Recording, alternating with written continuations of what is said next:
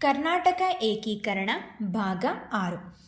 ಭಾರತದ ಘಟನಾ ಸಮಿತಿಯ ಭಾಷಾವಾರು ಪ್ರಾಂತ್ಯ ರಚನೆಗೆ ಸಂಬಂಧಿಸಿದಂತೆ ವರದಿ ನೀಡಲು ಅಲಹಾಬಾದ್ ಹೈಕೋರ್ಟ್ನ ನಿವೃತ್ತ ನ್ಯಾಯಾಧೀಶ ಎಸ್.ಕೆ. ಧರ್ ಅವರ ಅಧ್ಯಕ್ಷತೆಯಲ್ಲಿ 1948 ಜೂನ್ 17ರಂದು ಆಯೋಗವನ್ನು ನೇಮಿಸಿತು. ಅದೇ ಧರ್ ಆಯೋಗ. ಈ ಆಯೋಗದಲ್ಲಿ ಕರ್ನಾಟಕದ ಪರವಾಗಿ ಟೇಕೂರು ಸುಬ್ರಹ್ಮಣ್ಯ ಮತ್ತು ಆರ್ ದಿವಾಕರ್ ಸಹಾಯಕ ಸದಸ್ಯರಾಗಿದ್ದರು.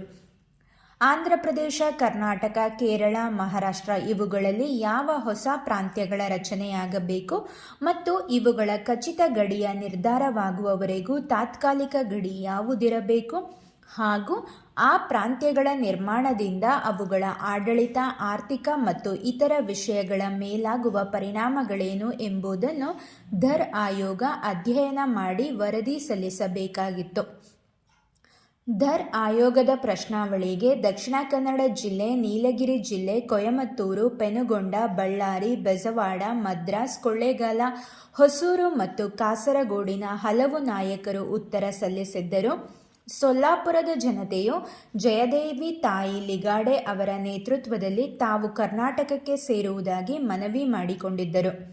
ಧರ್ ಆಯೋಗವು ಸಲ್ಲಿಸಿದ ವರದಿಯಲ್ಲಿ ಭಾಷಾವಾರು ಪ್ರಾಂತ್ಯ ರಚನೆಗೆ ವಿಶೇಷವಾಗಿ ಆಂಧ್ರ, ಕರ್ನಾಟಕ ಮತ್ತು ಕೇರಳಗಳಲ್ಲಿರುವ ಭಿನ್ನಾಭಿಪ್ರಾಯಗಳನ್ನು ಪ್ರಸ್ತಾಪಿಸಲಾಗಿತ್ತು.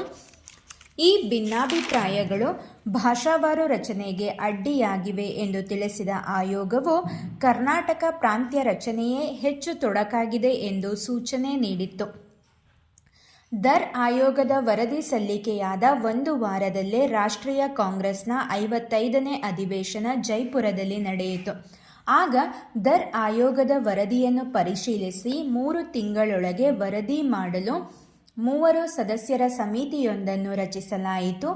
ಆ ಸಮಿತಿಯೇ ಜೆವಿಪಿ ಸಮಿತಿ. ಅದರಲ್ಲಿದ್ದ ಸದಸ್ಯರು ಸರ್ದಾರ್ ವಲ್ಲಭಭಾಯ್ ಪಟೇಲ್, ಪಟ್ಟಾಭಿ ಸೀತಾರಾಮಯ್ಯ ಮತ್ತು ಜವಾಹರ್ಲಾಲ್ ನೆಹರು. ಜೆವಿಪಿ ಸಮಿತಿಯ ವರದಿ 1949 ಏಪ್ರಿಲ್ 1ರಂದು ಪ್ರಕಟವಾಯಿತು. ಧರ್ ಆಯೋಗದ ವರದಿಯನ್ನು ಜೆವಿಪಿ ಸಮಿತಿ ಎತ್ತಿ ಹಿಡಿಯಿತು.